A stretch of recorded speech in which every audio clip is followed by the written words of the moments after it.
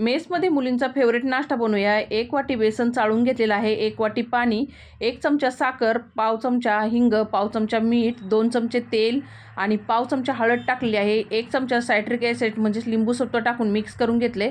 चाळलेल्या बेसन पिठामध्ये हे मिश्रण थोडं घालून गाठी मोडून घेतलेले आहेत।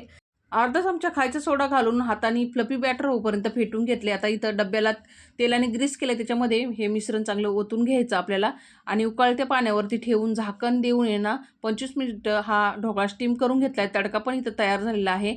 आता ढोकळा हा मस्त थंड करून घेतलेला आहे मी आणि काढून घेतला आहे डब्यातून आणि कट करून घेतला आहे। जर एकदम मऊ लुसलुशीत जाळीदार आपला इथं ढोकळा तयार झालेला आहे, खमण ढोकळा। तडक्याचा व्हिडिओ काय मी तुम्हाला दाखवलेला नाही आहे, तडक्याचा व्हिडिओ आपल्या चॅनलवरती आहे, तिथे जाऊन नक्की बघा। आता तडका घालून घेतल्यानंतर बघू शकता एकदम मऊ लुसलुशीत जाळीदार आता खमण ढोकळा इथं तयार झालेला आहे। अशा पद्धतीने एकदा नक्की ट्राय करा, खूप टेस्टी होतो। भेटूया पुढच्या व्हिडिओमध्ये, धन्यवाद।